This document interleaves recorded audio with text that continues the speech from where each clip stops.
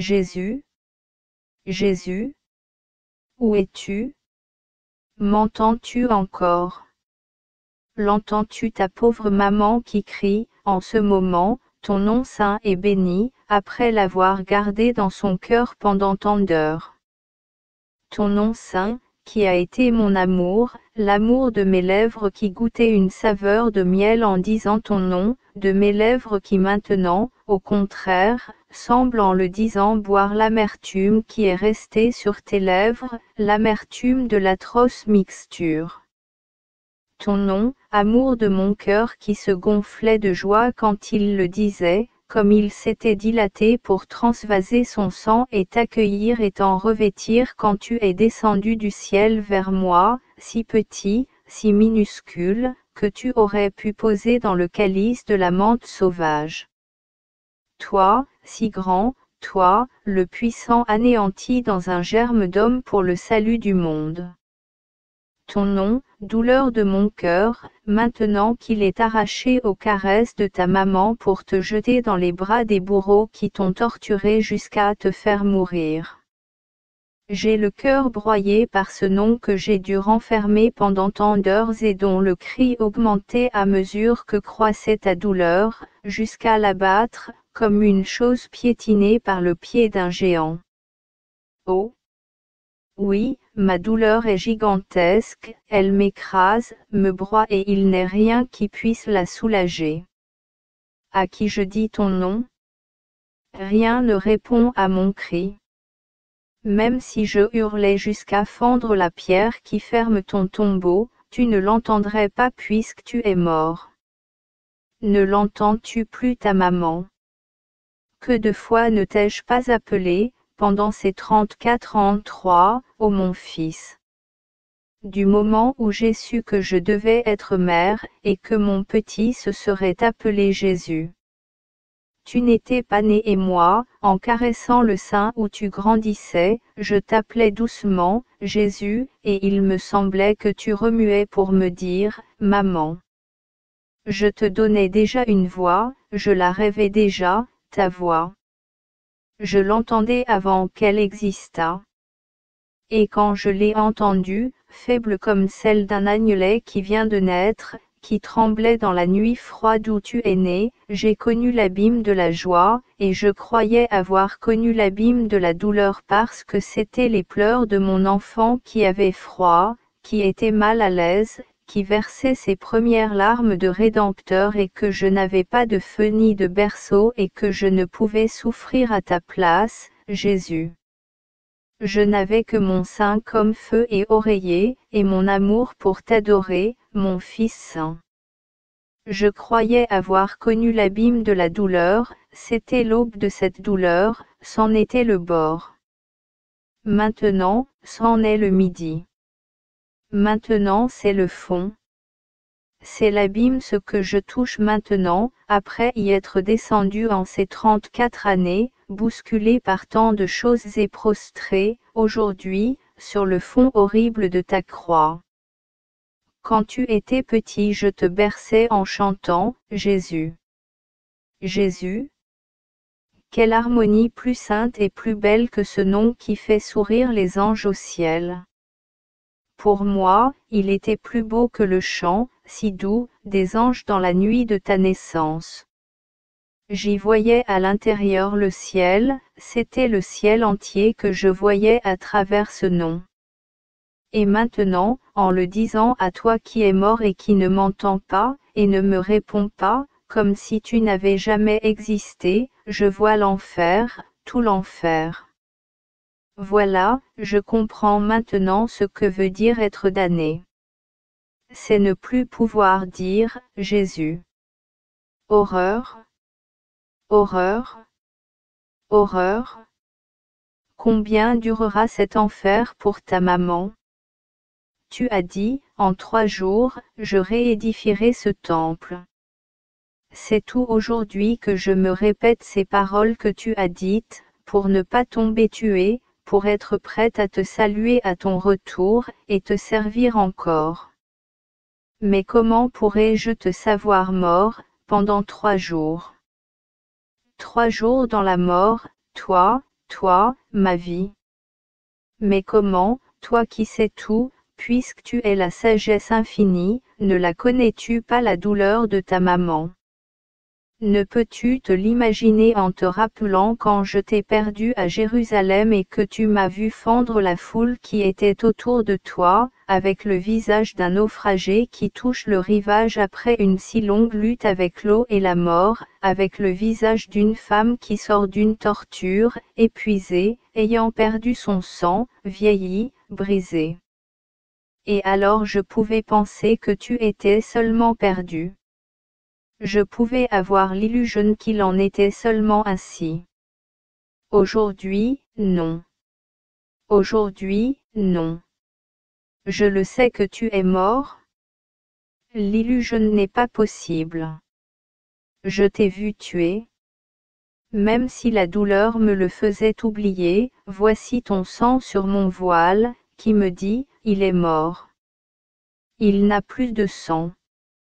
Celui-ci est le dernier sorti de son cœur. De son cœur. Du cœur de mon enfant, de mon fils. De mon Jésus. Ô Dieu! Dieu de pitié, ne me fais pas souvenir qu'on lui a ouvert le cœur. Jésus, je ne puis rester seul ici pendant que tu es seul là-bas. Moi qui n'ai jamais aimé les chemins du monde et les foules, et tu le sais, depuis que tu as quitté Nazareth, je t'ai suivi de plus en plus, pour ne pas vivre loin de toi.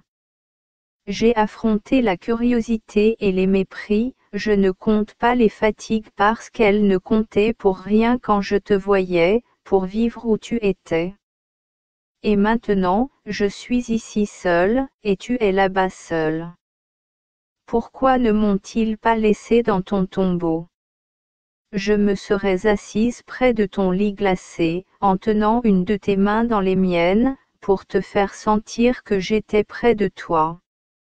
Non, pour sentir que tu étais près de moi. Tu ne sens plus rien. Tu es mort. Que de fois j'ai passé les nuits près de ton berceau, en priant, en aimant, en me délectant de toi. Veux-tu que je te dise comment tu dormais, avec les petits poings clos comme deux boutons de fleurs près de ton petit visage sain? Veux-tu que je te dise comment tu souriais dans ton sommeil et comment, en te rappelant certainement le lait de la maman, tu faisais en donnant le geste de sucer? Veux-tu que je te dise comment tu t'éveillais et ouvrais tes petits yeux et riais, en me voyant penché sur ton visage et comment tu tendais joyeusement tes menottes, impatient que je te prenne, et comment, avec un petit cri doux comme le tri d'une fauvette, tu réclamais ta nourriture. Oh! Que j'étais heureuse quand tu t'attachais à mon sein et que je sentais la tiédeur lisse de tes joues, les caresses de tes menottes à ma mamelle. Tu ne savais pas rester seule sans ta maman. Et maintenant, tu es seule. Pardonne-moi, fils, de t'avoir laissé seul, de ne m'être pas révolté pour la première fois de ma vie et d'avoir voulu rester là. C'était ma place. Je me serais senti moins désolée si j'avais été près de ton lit funèbre, pour arranger les langes comme autrefois et les changer. Même si tu n'avais pu me sourire et me parler, il m'aurait semblé t'avoir, de nouveau, petit. Je t'aurais accueilli sur mon cœur pour ne pas te faire sentir la froideur de la pierre, la dureté du marbre. Ne t'ai-je pas tenu aujourd'hui même? Le sein d'une mère est toujours capable d'accueillir un fils, même s'il est homme. Le fils est toujours un enfant pour sa maman, même s'il est déposé de la croix, couvert de plaies et de blessures. Combien de blessures! Que de douleurs! Oh! Mon Jésus si durement blessé. Ainsi blessé. Ainsi tué. Non. Non. Seigneur, non. Ce ne peut être vrai. Je suis folle. Jésus mort. Je délire. Jésus ne peut mourir. Souffrir, oui. Mourir, non. Lui est la vie. Lui est le Fils de Dieu. Il est Dieu. Dieu ne meurt pas. Il ne meurt pas. Et alors pourquoi s'est-il appelé Jésus? Que veut dire Jésus? Cela veut dire, oh. Cela veut dire, Sauveur. Il est mort. Il est mort parce qu'il est le Sauveur. Il a dû sauver tous les hommes, en se perdant lui-même. Je ne délire pas, non. Je ne suis pas folle. Non. Si je l'étais, je souffrirais moins. Il est mort. Voici son sang. Voici sa couronne. Voici les 3 clous, c'est avec ceux-ci qu'ils l'ont transpercé. Homme, regardez avec quoi vous avez transpercé Dieu, mon Fils. Et je dois vous pardonner et je dois vous aimer.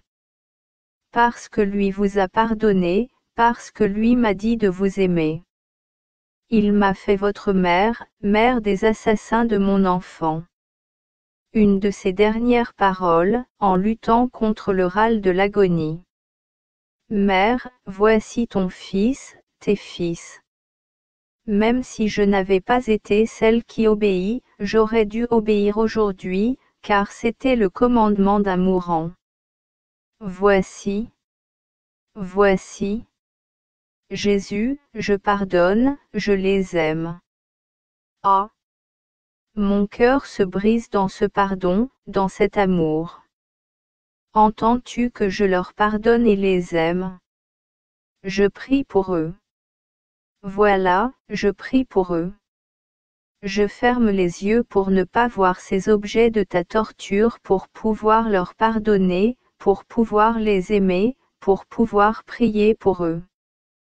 Chaque clou sert à crucifier de ma part toute volonté de ne pas pardonner, de ne pas aimer, de ne pas prier pour tes bourreaux. Je veux penser que je suis près de ton berceau. Alors je priais aussi pour les hommes, mais alors c'était facile. Tu étais vivant et moi, bien que je jugeais les hommes cruels, je n'arrivais jamais à penser qu'ils puissent l'être autant pour toi, qui les avais outre mesure comblés de bienfaits. Je priais, convaincu que ta parole les aurait rendus bons. En mon cœur, je leur disais en les regardant, vous êtes mauvais, malades, maintenant, frères. Mais d'ici peu il parlera, mais d'ici peu lui vaincra en vous Satan. Il vous donnera la vie perdue. La vie perdue. C'est toi qui l'as perdu la vie, pour eux. Mon Jésus. Quand tu étais dans les langes, si j'avais pu voir l'horreur de ce jour, mon doux lait se serait changé en poison à cause de la douleur. Siméon l'a dit, une épée te transpercera le cœur. Une épée? Une forêt d'épées. Combien de blessures ils t'ont fait, fils? Combien de gémissements tu as poussés? Combien de spasmes? Combien de gouttes de sang tu as versé? Eh bien, chacune est une épée pour moi. Je suis une forêt d'épées. En toi, il n'en est pas une partie de la peau qui ne soit une plaie. En moi, il n'en est pas qui ne soit transpercée. Elle transperce mes chairs et pénètre dans le cœur. Quand j'attendais ta naissance, je te préparais les langes et les linges en filant le plus beau lin de la terre. Je n'ai pas regardé au prix pour posséder l'étoffe la plus lisse. Comme tu étais beau dans les langes de ta maman. Tout me disait, il est beau, ton enfant, femme. Tu étais beau. De la blancheur du lin ressortait ta petite figure rosée. Tu avais 2 yeux plus bleus que le ciel, et ta petite tête semblait enveloppée d'un nuage d'or tant tes cheveux étaient blonds et soyeux. Il sentait la fleur d'amandier à peine ouverte. On croyait que je te parfumais. Non, mon trésor n'avait que le parfum des langes lavés par sa maman, réchauffés, baisés par son cœur et par ses lèvres. Je n'étais jamais lasse de travailler pour toi. Et maintenant, je n'ai plus rien à faire pour toi. Depuis 3 ans tu étais loin de la maison, mais tu étais encore le but de mes journées. Penser à toi, à tes vêtements, à ta nourriture, pétrir la farine et en faire du pain, soigner les abeilles pour te donner le miel, veiller sur les arbres pour qu'ils te donnent des fruits. Comme tu les aimais les choses que te portait ta maman. Aucun mets de table riche, aucun vêtement d'étoffe précieuse n'était pour toi comme ces tissus cousus, soignés, préparés par les mains de ta maman. Quand j'allais te voir, tu regardais tout de suite mes mains, comme quand tu étais tout petit et que Joseph et moi, nous te donnions nos pauvres dons pour te faire sentir que tu étais notre roi. Tu n'as jamais été gourmand, mon enfant, mais c'était l'amour que tu cherchais, c'était cela ta nourriture et dans nos soins tu le trouvais. Maintenant aussi, c'était ce que tu trouvais, ce que tu cherchais, mon pauvre fils, si peu aimé du monde. Maintenant, plus rien. Tout est accompli. Ta maman ne fera plus rien pour toi. Tu n'as plus besoin de rien. Maintenant tu es seul. Et moi, je suis seul. Oh! Heureux Joseph, qui n'a pas vu ce jour. Si moi aussi je n'avais plus été là. Mais alors tu n'aurais pas eu même ce réconfort de voir ta pauvre maman. Tu aurais été seul sur la croix, comme tu es seul dans le tombeau, seul avec tes blessures. Oh! Dieu! Dieu, que de blessures à ton fils, mon fils. Comment ai-je pu les voir sans mourir, moi qui m'évanouissais quand tout petit tu te faisais mal. Une fois tu es tombé dans le jardin de Nazareth et tu t'es blessé le front, quelques gouttes de sang. Mais moi, qui m'étais senti mourir en voyant des gouttes de ton sang à la circoncision, en effet Joseph dut me soutenir car je tremblais comme quelqu'un qui meurt. Il me semblait que cette blessure minuscule devait te tuer, et c'est plus avec mes larmes qu'avec l'eau et l'huile que je l'ai soignée et je ne me suis rassurée, que quand elle n'a plus donné de sang. Une autre fois, tu apprenais à travailler, et tu t'es blessé avec la scie. Une petite blessure. Mais c'était comme si la scie m'avait coupé en deux. Je n'ai eu de repos que quand, 6 jours après, j'ai vu ta main guérie. Et maintenant? Et maintenant? Maintenant tu as les mains, les pieds, le côté ouvert, maintenant ta chair tombe en lambeaux et ton visage est couvert de contusions. Ce visage que je n'osais effleurer d'un baiser. Ton front et ta nuque sont couverts de plaies et personne ne t'a donné de remède et de réconfort. Regarde mon cœur, ô Dieu qui m'a frappé dans mon enfant. Regarde-le. N'est-il pas couvert de plaies comme le corps de celui qui est mon fils et le tien? Les coups de fouet sont tombés sur moi comme une grêle pendant qu'on le frappait. Quelle la distance pour l'amour! J'ai souffert les tortures de mon fils.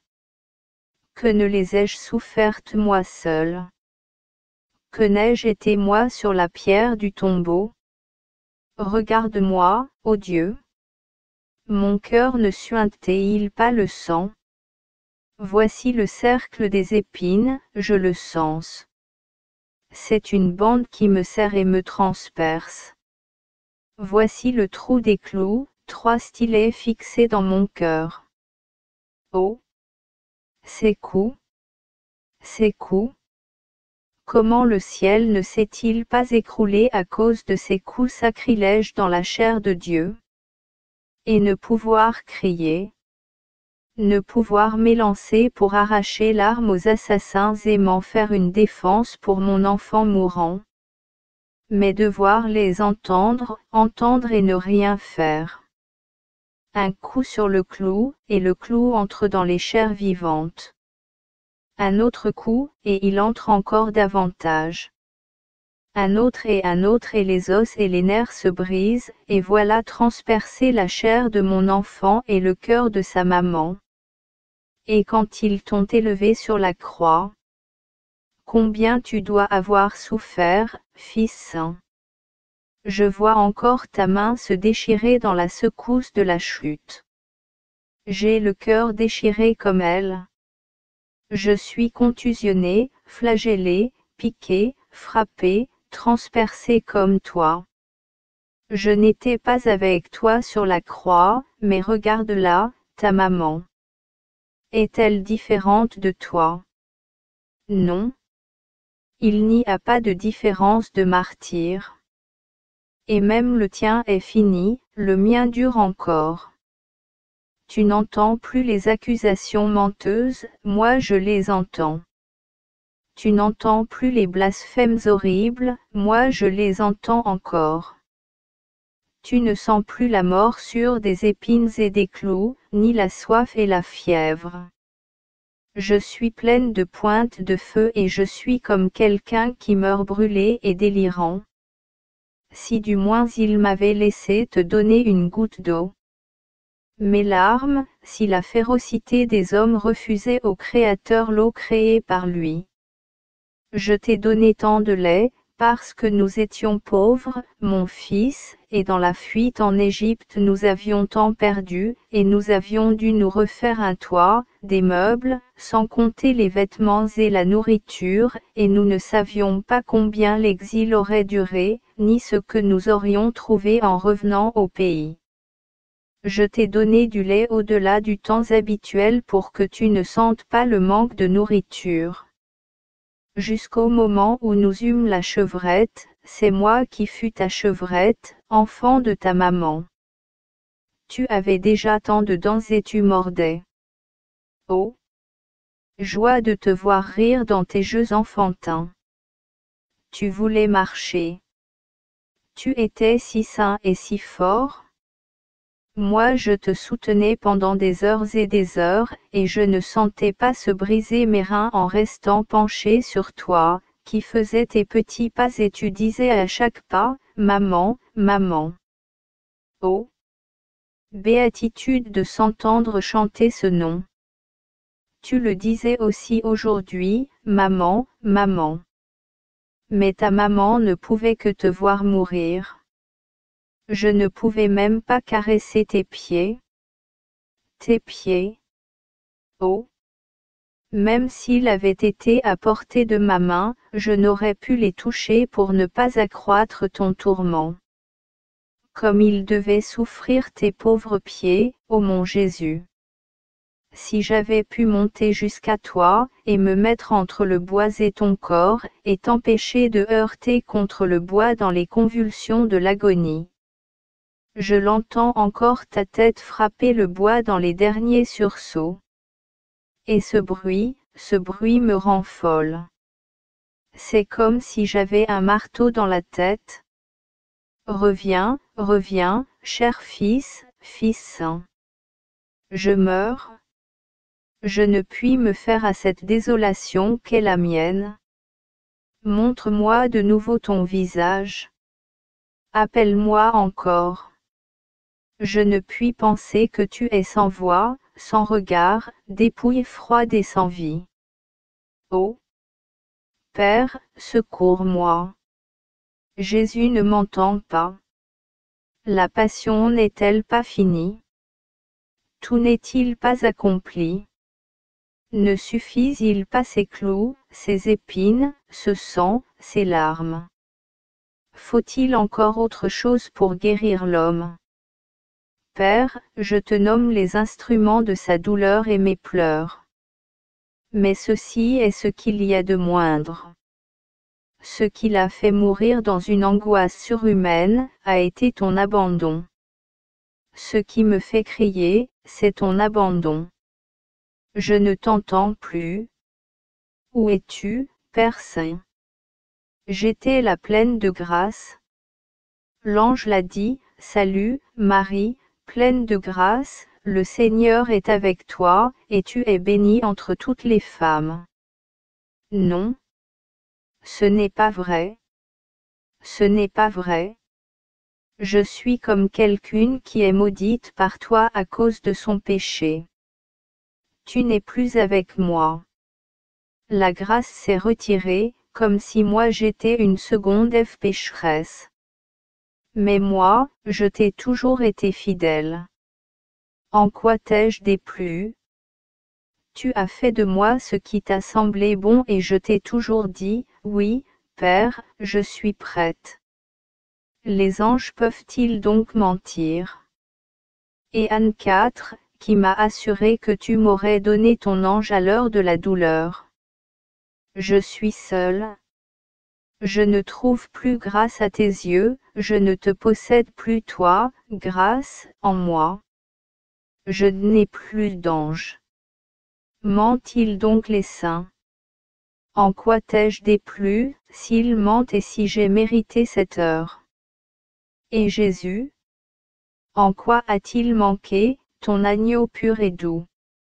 En quoi t'avons-nous offensé, pour qu'en plus du martyre donné par les hommes, on doive avoir la torture incalculable de ton abandon?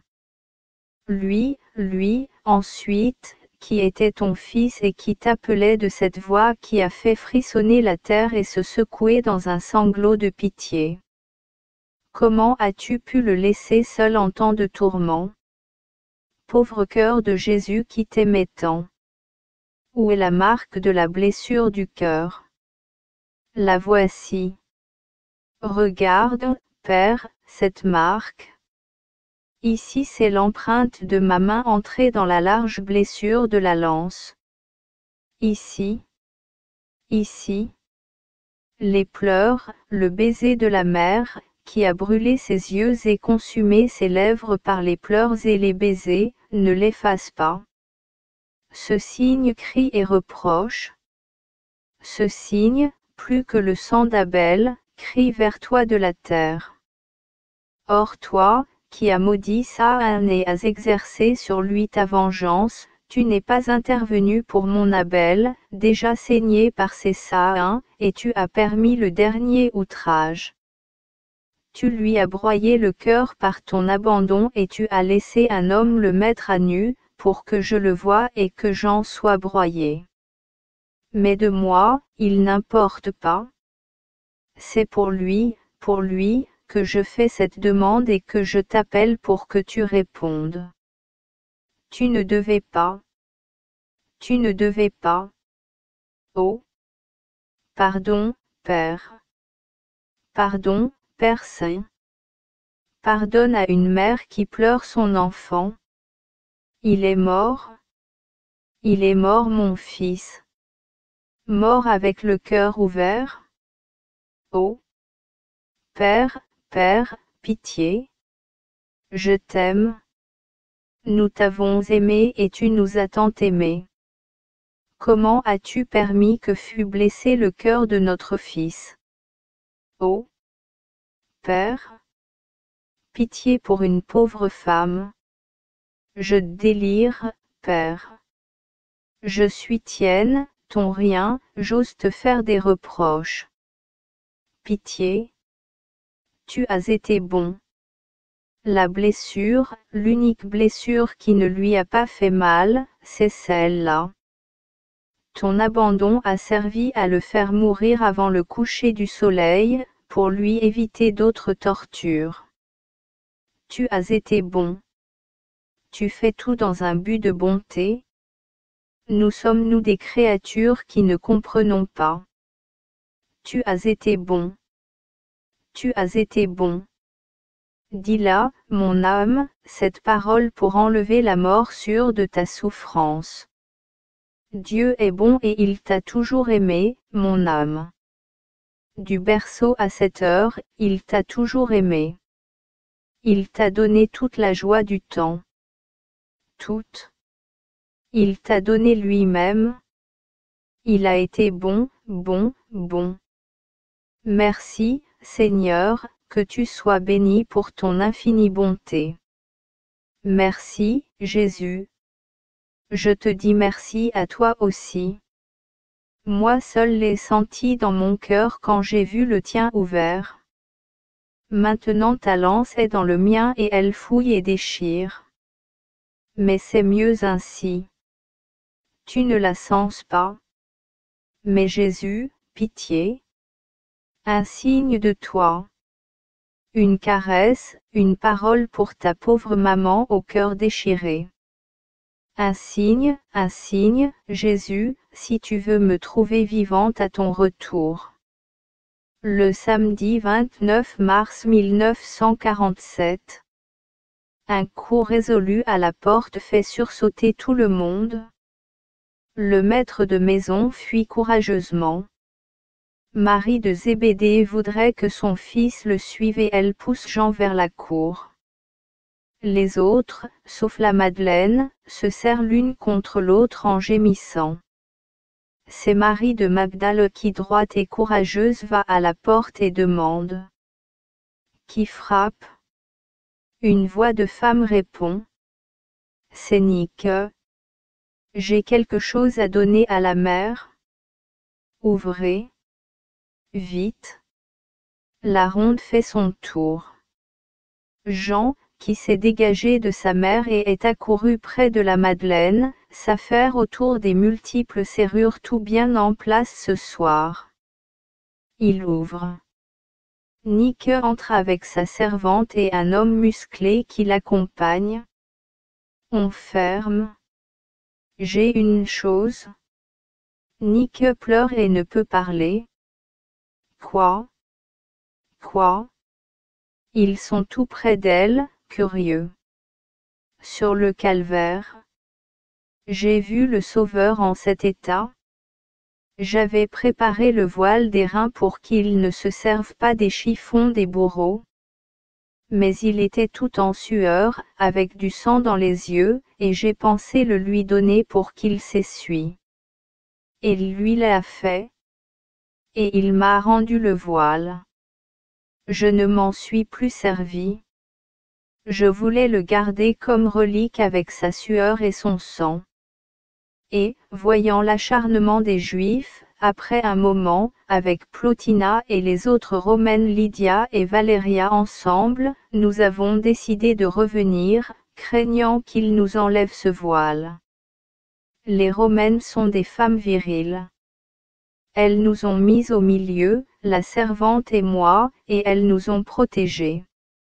Il est vrai qu'elles sont une contamination pour Israël, et qu'il est dangereux de toucher Plotina. Mais cela, on y pense par temps calme. Aujourd'hui, ils étaient tout ivres. À la maison, j'ai pleuré, pendant des heures. Puis est venu le tremblement de terre et je me suis évanouie. Revenu à moi, j'ai voulu baiser ce voile et j'ai vu. Oh! Il y a dessus le visage du Rédempteur. Fais voir. Fais voir. Non. D'abord à la mère. C'est son droit. Elle est tellement épuisée. Elle ne résistera pas. Oh! Ne dites pas cela. Ce sera pour elle un réconfort, au contraire. Avertissez-la. Jean frappe doucement à l'entrée. Qui est-ce? Moi, mère, dehors, il y a Nick. Elle est venue de nuit. Elle t'a apporté un souvenir, un cadeau. Elle espère te réconforter avec cela. Oh! Un seul cadeau peut me réconforter. Le sourire de son visage. Mère? Jean l'entoure de ses bras de peur qu'elle ne tombe et il dit, comme s'il confiait le vrai nom de Dieu. C'est lui. C'est le sourire de son visage imprimé dans le voile avec lequel Nickel a essuyé au calvaire. Ô Père, Dieu très haut, Fils saint, éternel amour, soyez bénis.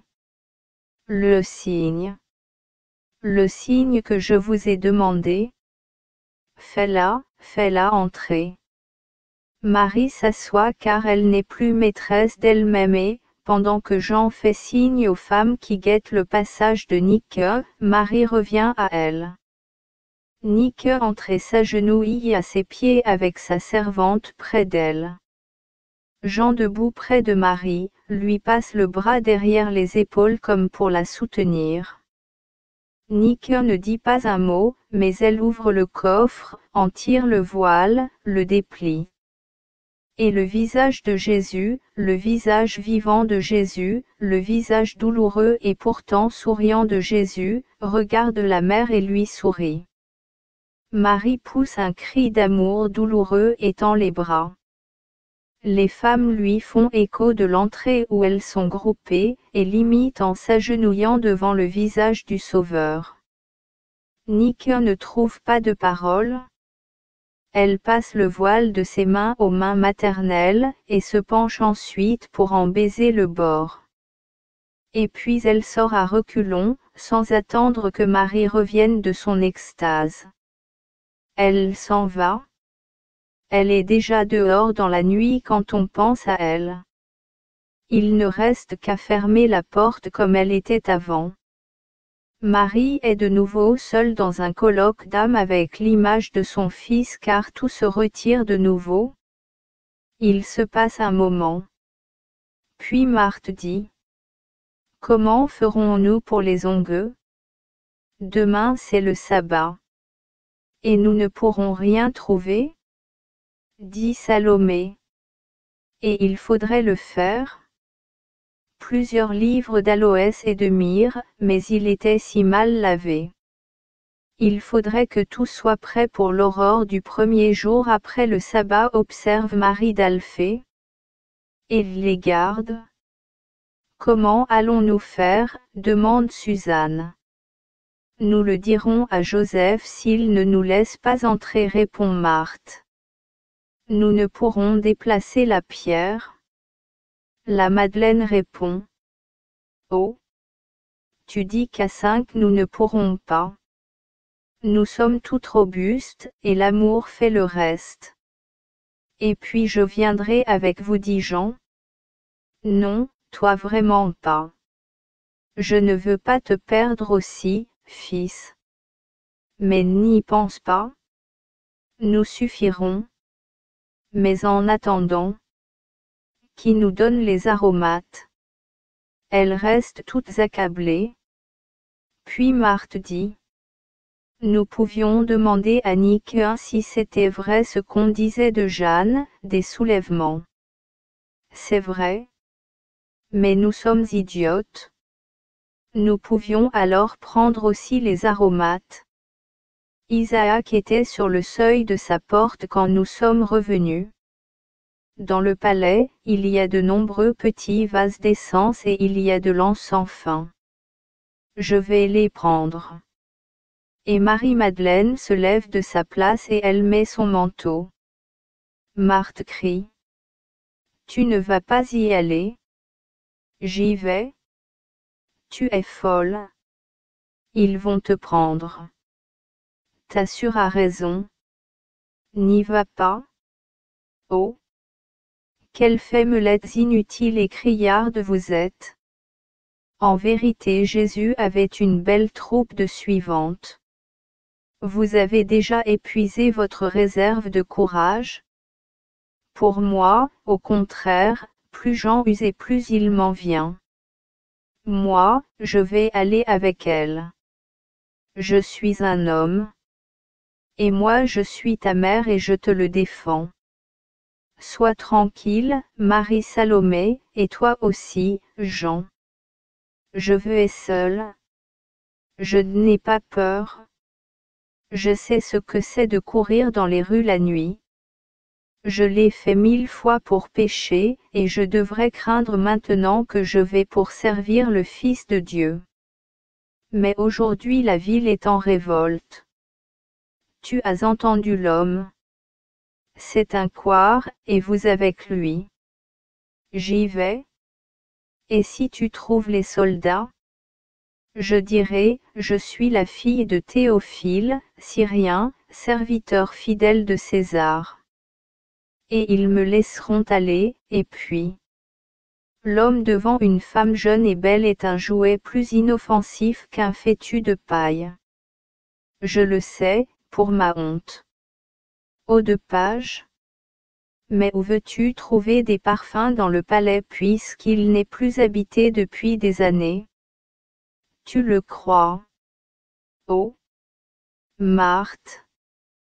Tu ne te souviens pas qu'Israël vous obligea à le quitter parce que c'était un de mes lieux de rendez-vous avec mes amants? J'y avais tout ce qui servait à les rendre encore plus fous de moi. Quand je fus sauvé par mon Sauveur, j'ai caché dans un endroit, connu de moi seul, les albâtres et les encens dont je me servais pour mes orgies d'amour. Et j'ai juré que ce seraient uniquement les pleurs sur mon péché et l'adoration de Jésus très saint qui auraient été les eaux parfumées et les encens ardents de Marie repentie, et que des signes d'un culte profane des sens et de la chair, j'aurais seulement usé pour les sanctifier sur lui et lui donner l'onction. Maintenant c'est l'heure. J'y vais. Restez, et tranquille. Avec moi vient l'ange de Dieu et rien de mal ne m'arrivera. Adieu. Je vous apporterai des nouvelles. Et à elle ne dites rien. Cela augmenterait son angoisse. Et Marie de Magdale sort sûre d'elle, imposante. J'en prends alors la parole. Mère, que cela soit pour toi un enseignement, et qu'ils te disent de ne pas faire que le monde dise que ton fils est un lâche. Demain, ou plutôt aujourd'hui, car déjà est donnée la seconde veille, j'irai chercher les compagnons comme elle le veut. C'est le sabbat, tu ne peux pas objecte Salomé pour le retenir. Le sabbat est mort, je le dis, moi aussi, avec Joseph. L'ère nouvelle est commencée avec, en elle, d'autres lois, d'autres sacrifices et d'autres cérémonies. Marie-Salomé baisse la tête sur ses genoux et elle pleure sans plus protester. Oh! Avoir des nouvelles de Lazare, gémit Marie de Cléophas. Si vous me laissez aller, vous les aurez. Car les compagnons, Simon le Cananéen en avait reçu l'ordre, ont été conduits chez lui, chez Lazare. Jésus l'a dit à Simon en ma présence. Hélas! Tout là. Alors tout perdu. Marie de Cléophas et Salomé versent des pleurs de désolation. Il se passe du temps au milieu des pleurs et des attentes. Puis Marie-Madeleine revient triomphante, chargée de sacs pleins de vases précieux. Vous voyez que rien n'est arrivé? Voici des huiles de toutes espèces, et du nard, et de l'oliban, et du benjoin. Pas de myrrhe ni d'aloès. Moi je ne voulais pas d'amertume. Je les bois toutes maintenant. Mais en attendant nous mélangerons celles-ci et demain nous prendrons, oh! En payant, Isaac les donnera même le jour du sabbat. Nous prendrons de la myrrhe et de l'aloès. Ils t'ont vu? Personne. Dans mon tour, je n'ai même pas rencontré une chauve-souris. Les soldats? Les soldats? Je crois qu'ils ronflent sur leurs paillasses. Mais les séditions, les arrestations. C'est la peur de cet homme qui les a vus.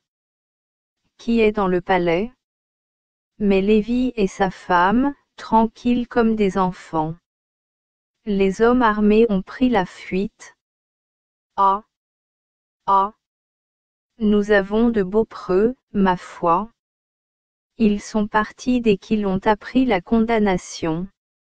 Je dis la vérité, Rome est dure et elle emploie le fouet. Mais avec cela, elle se fait craindre et servir. Et elle a des hommes, pas des lapins. Oh! Oui! Lui disait, mes fidèles connaîtront le même sort que moi. Si de nombreux Romains se rallient à Jésus, c'est possible. Mais s'il doit y avoir des martyrs parmi les Israélites, il restera seul. Voici mon sac et l'autre c'est celui de Jeanne qui, oui. Nous sommes non seulement lâches, mais menteurs. Jeanne est seulement accablée. Elle et Élise se sont senties mal sur le Golgotha. L'une est une mère qui a vu son fils mort et d'entendre les râles de Jésus lui ont fait éprouver un malaise. L'autre est délicate, elle n'est pas habituée à tant marcher et au soleil. Mais rien comme blessure, rien comme agonie. Elle pleure comme nous certainement. Pas davantage. Elle regrette d'avoir été éloignée. Elle viendra demain et elle envoie ses aromates, ce qu'elle avait.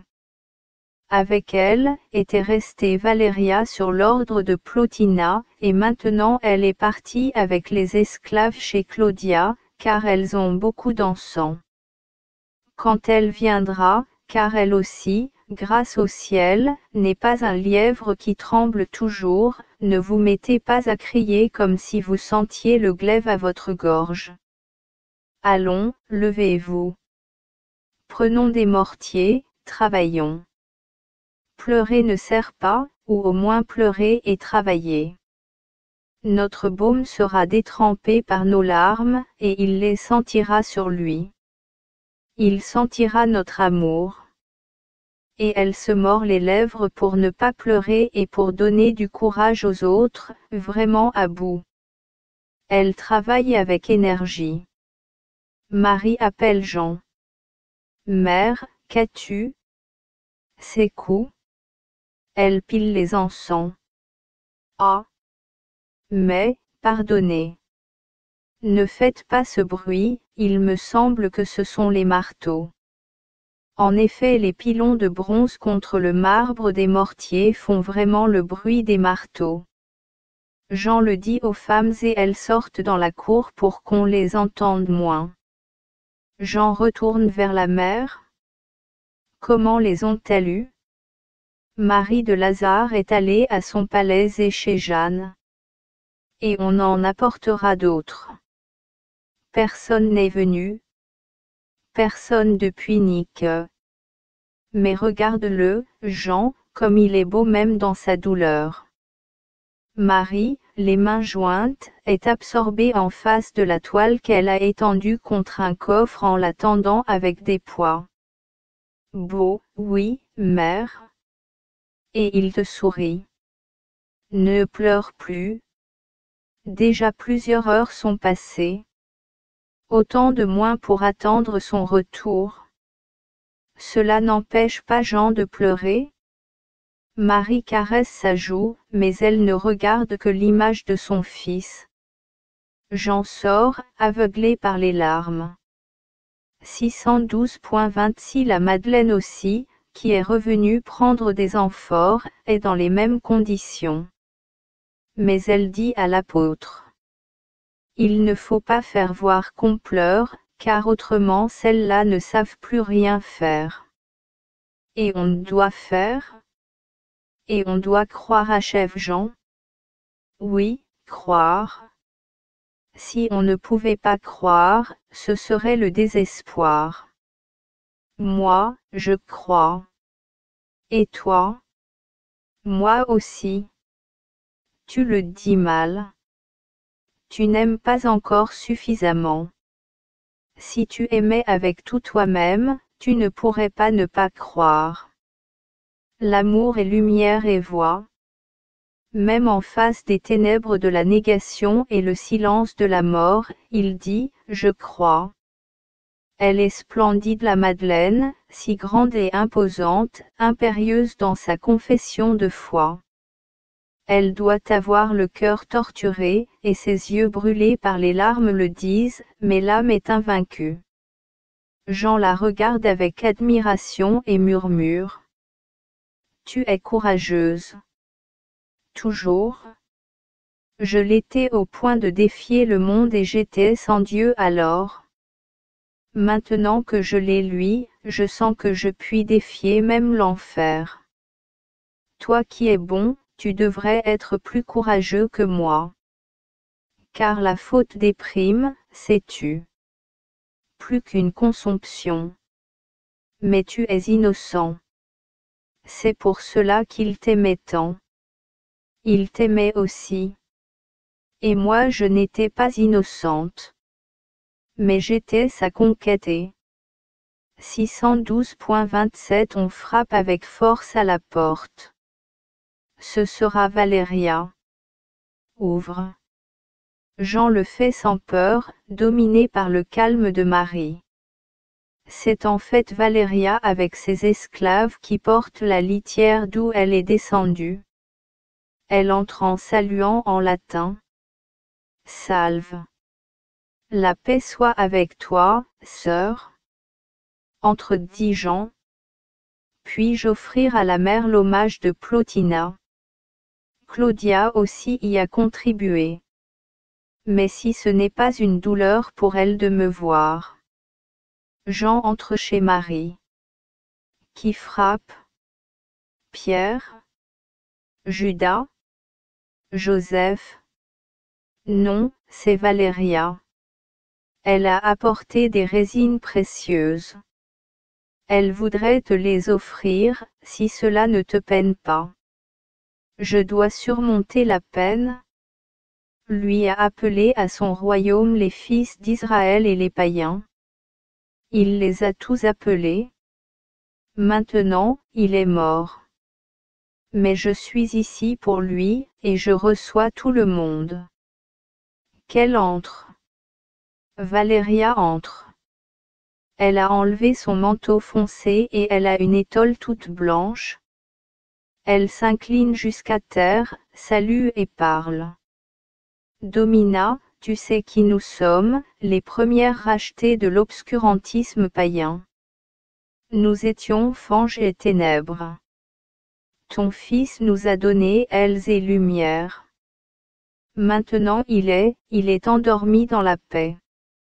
Nous connaissons vos usages et nous voulons que les baumes de Rome aussi soient répandus sur le triomphateur. Que Dieu vous bénisse, fille de mon Seigneur. Et, pardonnez si je ne sais en dire davantage. Ne te force pas, Domina. Rome est forte, mais elle sait aussi comprendre la douleur et l'amour. Elle te comprend, mère douloureuse. Adieu. La paix soit avec toi, Valéria. À Plotina, à vous toutes, ma bénédiction. Valéria se retire en laissant ses encens et autres essences. Tu le vois, mère. Tout le monde donne pour le roi du ciel et de la terre. Oui, dit Marie. Tout le monde. Et la mère n'aura pu lui donner que ses pleurs.